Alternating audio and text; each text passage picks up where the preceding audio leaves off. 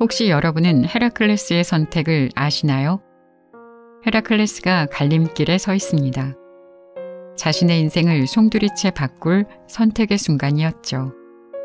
한쪽 길에서는 아름다운 여신이 웃으며 이야기합니다. 이 길을 선택하면 평생 안락한 삶을 살게 될 것이다. 다른 쪽 길에는 근엄한 표정의 여신이 경고합니다. 이 길은 순탄하지 않다. 때로는 자기를 희생해야 할 것이고 때로는 두려운 순간을 마주해야 하지. 하지만 참된 행복을 얻을 수 있을 거다. 헤라클레스처럼 우리도 수없이 갈림길에 서게 되죠. 악덕과 미덕, 쉬운 길과 어려운 길, 많은 사람이 드나들어 잘 다듬어진 길과 아직 많이 가보지 않은 험난한 길 중에서 선택해야 합니다. 이런 선택의 순간에 두려움을 뛰어넘어 용기를 낼 자신이 있으신가요? 오늘의 책 브레이브는 우리가 두려움을 극복하고 어떻게 용기를 발휘하여 목표를 이뤄낼 수 있는지를 알려줍니다. 더 나은 삶을 추구하고자 하는 우리 모두에게는 나 자신을 바꾸고 행동하게 하는 강한 용기가 반드시 필요합니다. 여러분은 용기 있는 사람입니까? 헤라클레스처럼 용기 있게 영웅의 길을 선택할 수 있나요?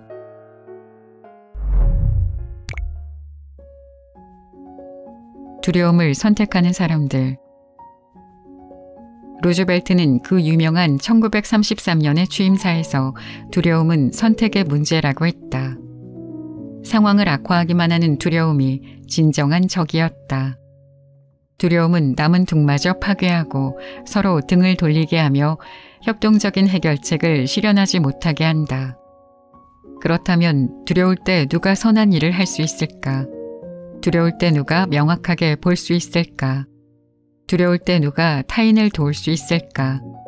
두려울 때 누가 사랑할 수 있을까? 두려울 때 어떻게 무언가를 할 수 있을까? 미식축구에서 리시버가 자신이 공에 맞을까봐 주춤하면 공을 잡을 수 없다. 평론가들의 팬이 자신을 어떻게 평가할까 걱정하면서 망설인다면 예술가는 무대 위에서 기량을 충분히 발휘할 수 없다. 여론조사 결과를 걱정한다면 정치인은 좀처럼 올바른 결정을 내리지 못한다. 아이를 키우는 게 얼마나 힘들지 생각한다면 커플은 가정을 꾸릴 수 없다. 우리가 살아가는 삶, 우리가 살아가는 이 세상은 무서운 곳이다. 폭이 좁은 흔들다리의 옆을 내다보면 심장이 멈출 것만 같아 주저앉게 된다. 현명한 결정을 내리지 못하게 되고 상황을 분명하게 보거나 생각하지 못하게 된다. 중요한 것은 두려워하지 않는 것이다. 그러니 이렇게 생각하라. 우리에게는 두려움이 끼어들 자리가 없다고. 우리가 하고 싶은 일에 비집고 들어올 틈이 없다고 말이다. 타인의 시선을 경계하라. 사람들은 목소리를 높이기보다 범죄자와 한통속이 되는 게 낫다고 생각한다. 세계적인 유행병이 돌 때도 혼자 마스크를 쓰기보다 죽는 게 낫다고 생각한다. 장래가 덜 보장되는 일을 하고자 일을 그만둔 이유를 설명하기보다는 기존 직장에 남는 것을 선호한다. 감히 의문을 제기하기보다는 쓸데없는 유행을 따라가려고 한다. 평생 저축한 돈을 투자했다가 거품 경기가 터졌을 때 그 돈을 잃는 게 거품이 끼는 동안 아무것도 안 하는 바보처럼 보이는 것보다 어쩐지 덜 고통스럽다.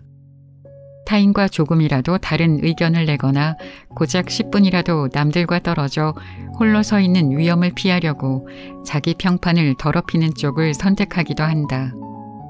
로마의 정치인 키케로의 충고를 얼마나 잘 기억하고 있는가.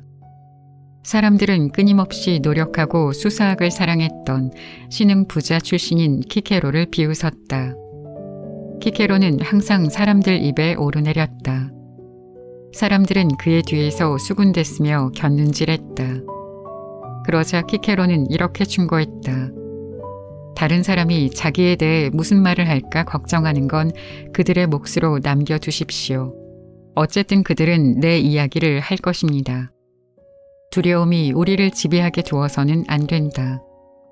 사람들의 기분을 거스르지 않으면서 중요한 일을 해낸 사람은 여태까지 단 한 명도 없었기 때문이다.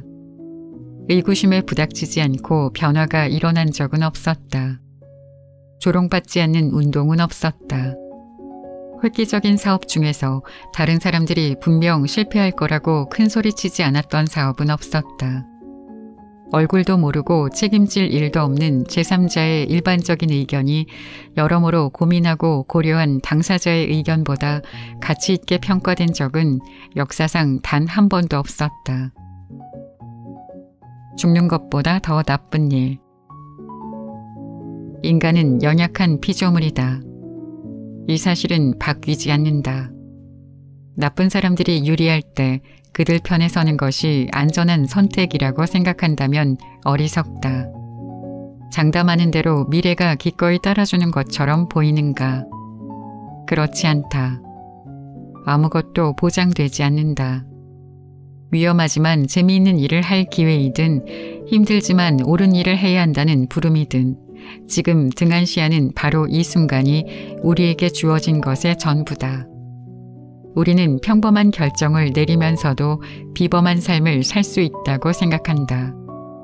하지만 이는 사실이 아니다. 모든 전문가가 추천하고 아무도 비판하지 않는 안전한 결정만 내린다면 혼란과 위기의 상황 앞에 우리는 매우 취약해질 수밖에 없을 것이다. 대부분 사람은 침대에서 죽는다는 것을 기억하자. 침대에 머물기보다는 일어나서 활동하는 게 훨씬 더 안전하다. 전략가로 유명한 미국의 경영학자 피터 드러커에 따르면 비즈니스계에서 미래를 일구어 나가고자 노력하는 것은 위험하지만 시도조차 하지 않는 것은 더 위험하다. 왜냐하면 언젠가는 일어날 일이기 때문이다. 누군가는 시도할 것이다. 그러면 우리는 그 결과에 잘못된 편에 서거나 최소한 뒤처지게 될 것이다. 그렇게 주도권을 잃게 되는 것이다. 인생은 위험하다. 영국의 시인 딜런 토마스는 하루하루가 불확실성의 연속이다 라고 말했다. 아무리 많은 사람이 아니라고 말한다 하더라도 이 사실을 바꾸지는 못할 것이다. 아무리 몸을 숨겨도 두려워하는 일로부터 안전해질 수는 없다. 지금은 한 사람이 앞서가는 것 같아도 결국에는 다 비슷해진다는 평균의 법칙에서 우리는 도망치고 있다. 하지만 태어난 날부터 죽음은 예정되어 있다. 이 사실을 깨달으면 자기 자신이 너무나도 소중한 존재라는 생각을 멈출 수 있다. 위험을 하나하나 신경 쓰고 일이 잘못될 모든 경우의 수를 헤아리며 걱정하는 것을 그만둘 수 있다. 모든 확실성은 불확실하다. 우리는 안전하지 않다. 그리고 절대 안전할 일도 없을 것이다. 이 세상에 안전한 사람은 아무도 없다. 그러므로 안전을 최우선으로 둔다면 사실상 위험에 처하게 될 것이다. 끼칠 위험, 원하던 것을 이룰 기회에 가까이 가지 못할 위험, 연루될 위험. 이 위험을 어떻게 다룰 것인가? 앞으로 무슨 일이 일어날까? 아무도 모른다. 하지만 용기를 내서 자기 자신에게 말할 수 있다. 확신할 순 없겠지만 내 영혼이 하나도 다치지 않게 잘 해낼 것이다. 최선을 다할 것이다. 두려워하지 않겠다. 위기의 순간을 반복하라. 훈련은 모든 상황에서 두려움을 극복하는 열쇠다. 예상치 못하거나 연습하지 않은 상황이 덮치면 불리해진다. 하지만 준비하고 예상한 일에는 대처할 수 있을 것이다. 에픽테토스는 역경을 겪을 때 바로 이 일을 위해 훈련하고 단련했다 라고 말할 수 있게 되는 것이 우리의 목표라고 했다. 세네카도 비슷한 시기에 이런 말을 했다. 어떤 일이 닥쳤을 때 움찔하고 싶지 않다면 그 일이 닥치기 전에 미리 훈련하라. 익숙한 일은 해낼 수 있다. 미리 경험해보고 잘 훈련하면 위험이 적어질 수 있다. 두려움은 혐오로 이어지고 혐오는 비겁함으로 이어진다. 반복은 자신감으로 이어지고 자신감은 용기로 이어진다. 괴롭히는 사람을 맞닥뜨렸을 때, 어려운 기자회견에 나서야 할 때, 위험한 쪽에 걸어야 할 때, 대중의 지지를 받지는 못했어도 윤리적으로는 옳은 주장을 내세워야 할 때, 사방이 적으로 포위됐을 때, 이 모든 순간에 훈련이 효과를 발휘하기 시작한다. 그러지 않으면 두려움과 의구심이 뒤따를 것이다. 우리는 본능적으로 자기 일만 신경 쓰고 쉬운 길을 택하려고 한다. 미국의 농구 선수 앨런 아이버슨이 말한 유명한 구절을 빌려서 이야기해 보겠다. 연습에 관한 얘기냐고요? 네, 연습에 관해 이야기하고 있습니다. 가장 중요한 건 연습이기 때문이죠. 연습을 통해 마음속에서 행동을 하나하나 되짚어 갑니다. 이 상황이나 그 상황에서 뭘 했는지 몸이 기억합니다. 강해지는 법을 배우는 과정에서 강해집니다. 연습을 반복하면 계획했던 범위까지 해내게 됩니다.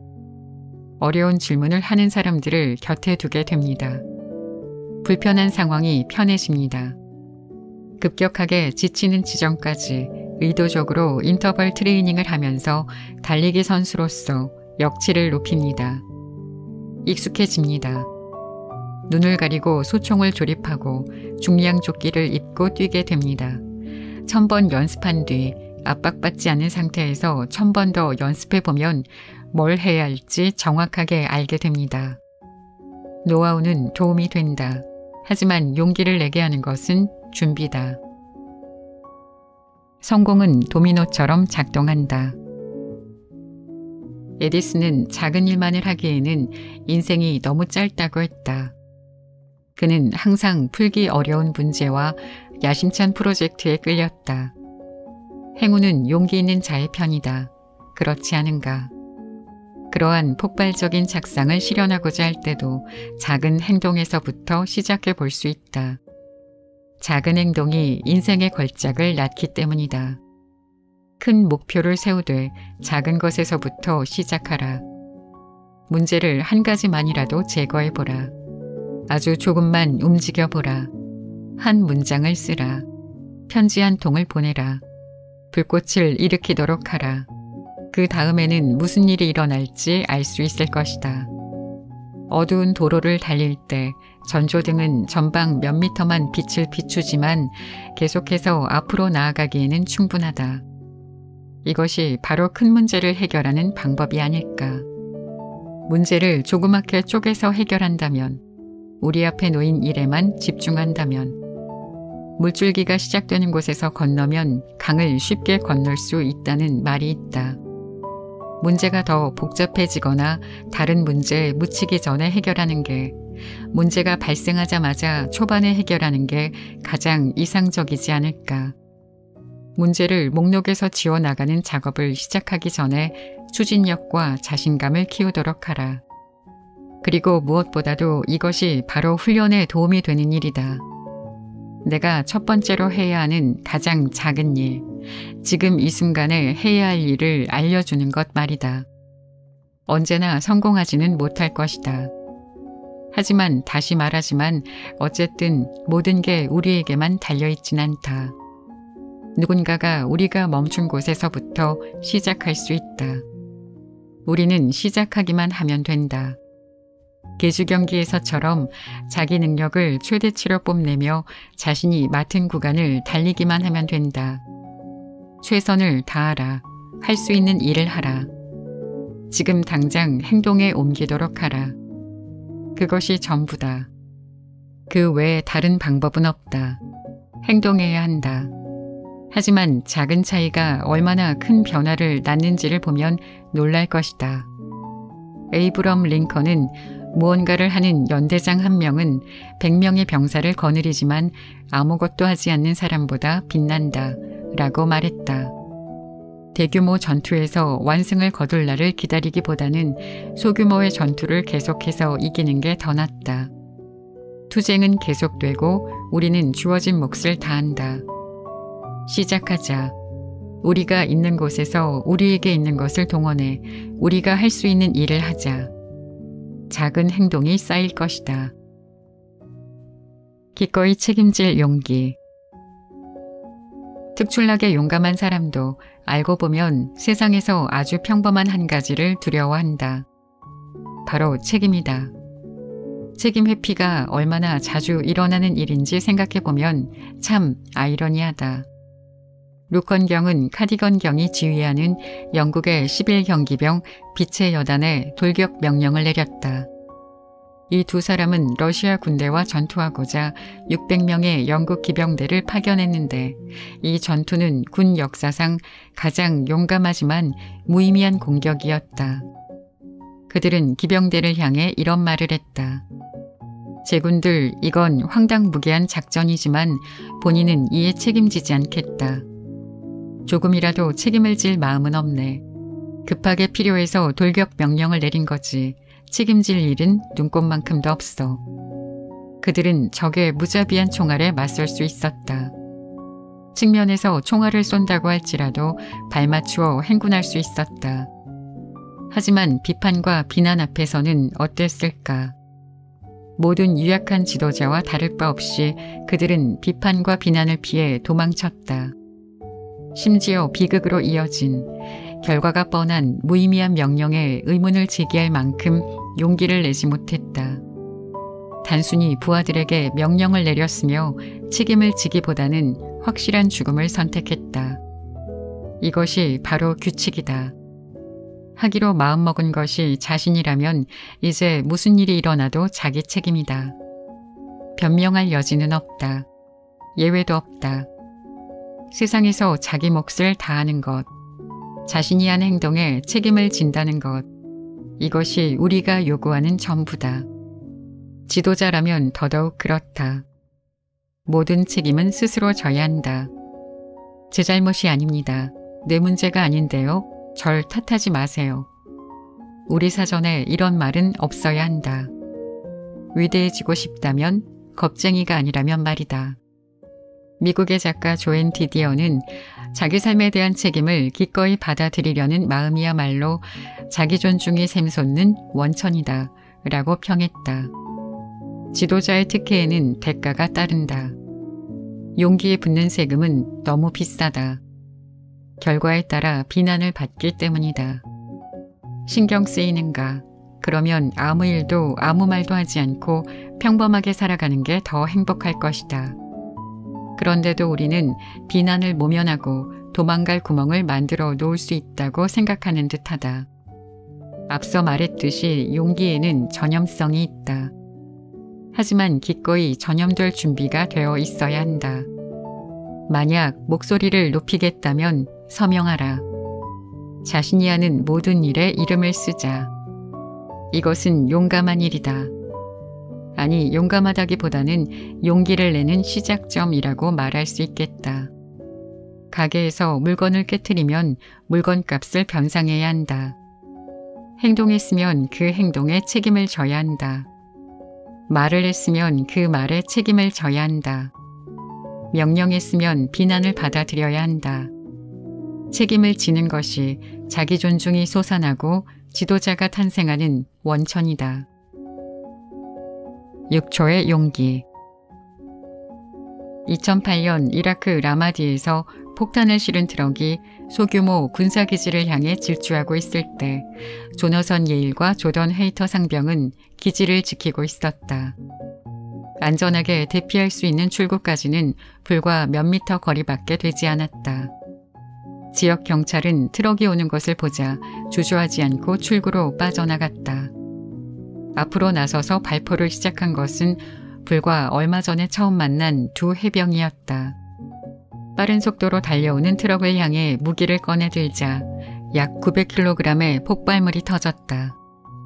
트럭이 골목으로 진입한 시점부터 강력한 폭발이 일어날 때까지 60초밖에 흐르지 않았다. 불과 20살과 22살이었던 두 사람의 인생 마지막 순간을 장식한 폭탄이 터져 생긴 구덩이의 폭은 약 1.8m, 깊이는 1.5m 이상이었다. 현장을 목격했던 사람들과 면담한 존 켈리 장군은 망설임이나 고민 없이 희생한 영웅들을 감동적으로 묘사했다. 그들이 도망쳤다면 분명 살아남을 수 있었을 것이다. 하지만 그러지 않았다. 도망쳤다고 해도 그들을 겁쟁이라고 부를 사람은 없을 것이다. 그런데 그들은 순찰하는 해병의 의무와 책임을 진중하게 받아들였다.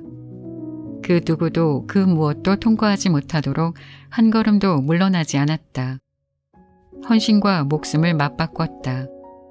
그들이 그렇게 했기에 50여 명의 가족이 아니라 2명의 가족만 가슴 아파하게 됐다. 이 가족들은 그날 밤 50여 명의 군인이 천국의 문까지 얼마나 가까이 다가갔었는지를 절대 알지 못할 것이다. 단 몇 초간의 용기, 우리에게는 이것만이 필요하다. 어쩌면 이 몇 초의 용기가 우리의 모든 것일 수도 있다. 그래, 내가 돈을 기부할게. 그 사람들은 돈이 필요해. 감당할 수 없더라도 말이다. 그래, 내가 책임질게. 누군가는 책임져야지. 감옥에 가게 되더라도 말이다. 그래, 직장을 그만두고 편찮으신 어머니를 돌볼 거야. 어머니가 건강을 회복할 때까지 얼마나 오랜 시간이 걸릴지, 다른 한편에서 무슨 일이 기다리고 있을지는 모르겠지만 말이다. 시간이 더 많았다면 너무 많은 생각이 들었을 것이다. 이유를 떠올렸을 것이다. 자기 자신을 지키려고 노력하기 시작했을 것이다. 무서웠을 것이다. 얼어붙었을 것이다. 친구들은 어떻게 되는 것일까? 동료들은 어떻게 되는 것일까? 대의는? 이런 걱정을 멈추고 앞으로 가야 한다. 보내기 버튼을 눌러야 한다. 차가우는 길에서 아이부터 밀쳐내야 한다. 앞으로 나서야 한다. 목소리를 높여야 한다. 목소리를 가다듬을 시간이 없다. 신중하게 생각할 시간이 없다. 일어날 수 있는 모든 시나리오를 살펴볼 여력이 없다. 조언을 구할 여유가 없다. 왜냐하면 사람들이 우리에게 기대고 있기 때문이다. 왜냐하면 이런 일을 대비해서 훈련받았기 때문이다. 이것이 바로 상황이 요구하고 이상이 요구하는 것이기 때문이다. 자신을 믿으라. 의무를 다하라. 잘 될지도 모른다. 그렇지 않을 수도 있다. 앞으로 펼쳐질 일을 알 수 없어도 어쨌든 영웅은 그렇게 한다. 존 켈리 장군이 말했듯이 골목에서 해병들에게 주어진 시간은 6초였다. 상황을 인식하는 데 1초, 무기를 올리고 총알을 발사하는 데 2초, 총알이 날아가고 트럭을 멈추는 데 필수적이었던 2초를 더하면 목숨을 구하는 데 남은 시간은 순식간에 지나가는 1초뿐이었다. 6초, 이 문장을 읽는 데 쓴 시간보다도 짧다. 켈리는 나중에 이렇게 회고했다. 가족, 조국, 신념, 삶과 죽음에 관해 생각하기엔 부족한 시간이다. 하지만 2명의 용감한 젊은이가 목숨을 바쳐 자기 의무를 다하기엔 충분하고도 남는 시간이다. 이런 사람들이 오늘 밤 전 세계에서 당직을 서고 있다. 바로 우리를 위해서. 그들을 실망시키지 말라.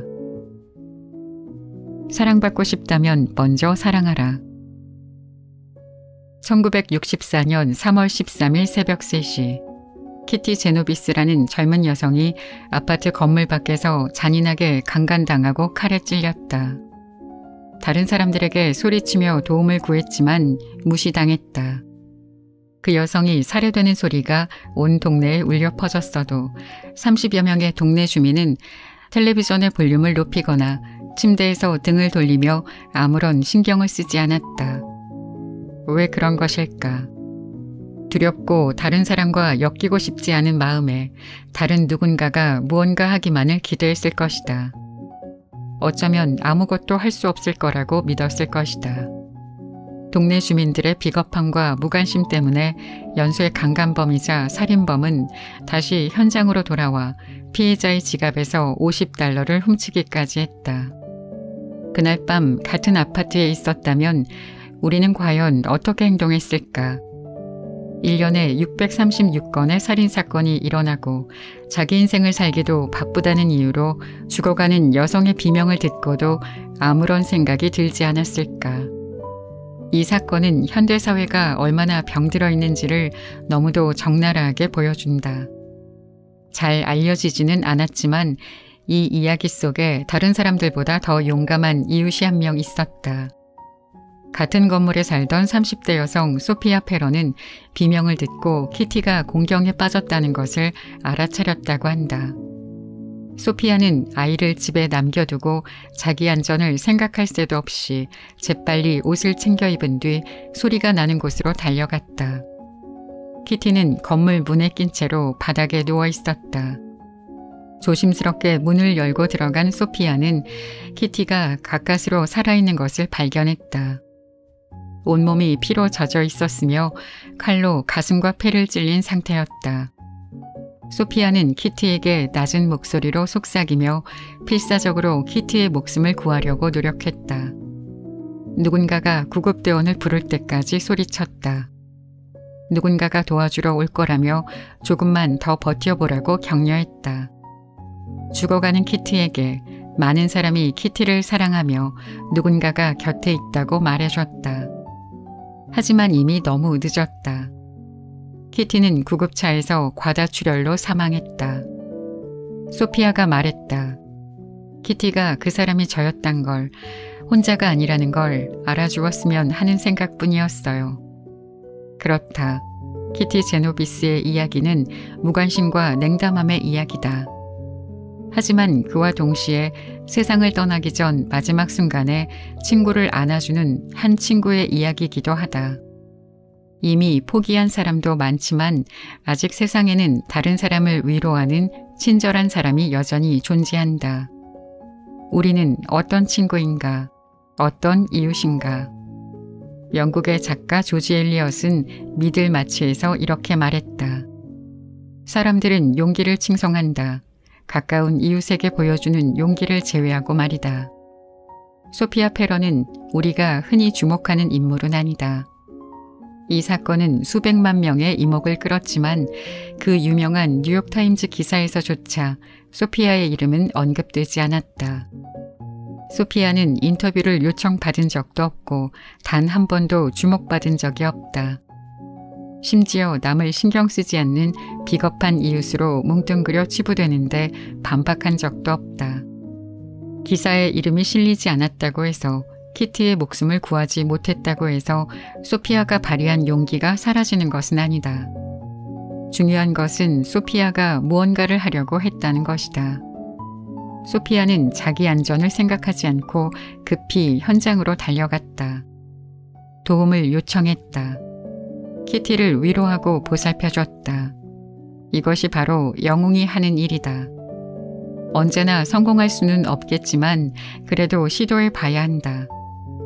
마음의 빗장을 걸거나 텔레비전의 볼륨을 높여서는 안 된다. 어떤 위대한 순간을 기다려야 하는 것은 아니다. 우리를 위해, 타인을 위해 매일 무엇을 하느냐가 중요하다. 세상에서 일어나는 나쁜 일의 대부분은 우리 잘못이 아니다. 그래도 아래층에 사는 무고한 주민의 비명에 귀를 닫아서는 안 된다. 안네 프랑크에게는 소피아와 비슷한 나이의 미프 히스라는 젊은 이웃 여성이 있었다. 히스는 몇 달 동안 위험을 무릅쓰고 다락방에 유대인 가족을 숨겨주고 먹을 것을 줬다. 모두 이 이야기가 어떻게 끝났는지 알고 있다. 한 이웃이 배신했다. 하지만 그런 일이 발생하지 않도록 용감하게 노력하는 사람에게 집중해야 한다. 히스가 말했듯이 희망이 없는 싸움이라도 남을 도울 용기를 품어야 한다. 히스는 수년 뒤에 이렇게 회고했다. 뭐라도 하려는 시도가 가만히 있는 것보다는 낫다. 시도가 잘못될 수도 있지만 가만히 있으면 반드시 실패할 수밖에 없다. 우리는 노력해야 한다. 우리가 하지 않으면 누가 하겠는가. 우리가 사는 이 세상의 어둠을 그냥 지나칠 수는 없다. 빛을 찾아야 한다.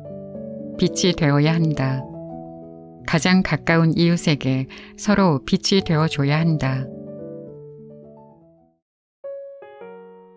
재미있게 들으셨나요? 키티 제노비스의 사건에 대한 이야기는 아마 한 번쯤은 들어보셨을 겁니다. 이 사건은 그 유명한 방관자 효과의 모티브가 되기도 했는데요. 사실은 특종을 노린 뉴욕타임즈 기자의 조작으로 밝혀지기도 했죠. 기사에서는 오전 3시 30분 키티 제노비스가 3차례에 걸쳐 공격당했고 35분간 격투가 벌어졌지만 이를 목격한 38가구 모두 그녀를 돕거나 신고조차 하지 않았다고 했는데 실제로는 목격자가 거의 없었고 또 일부는 신고를 하기도 했다고 하죠. 직접 나가서 곁을 지켜준 소피아도 있었고 말이죠. 실제로 저런 사건이 생긴다면 어떻게 할 수 있을까요? 저는 전화로 신고까지는 할 것 같습니다. 하지만 나서서 도움을 주려 하거나 피 흘리는 피해자의 곁을 지켜주는 건 쉽지 않을 것 같네요. 생각만 해도 무섭거든요. 오늘 용기에 대한 책을 소개하면서 나라면 어땠을까를 생각해 보긴 했지만 이런 무서운 순간이 생기지 않는 것이 가장 좋겠죠. 또 내가 살아가는 인생에 있어서도 너무 어렵고 고통스러운 선택의 순간은 많지 않길 바랍니다. 그래도 선택해야 하는 순간에는 보다 나은 선택을 하고 그 길로 바르게 나아가야겠죠. 지금까지 책방차차 달콤 엘리였습니다. 감사합니다.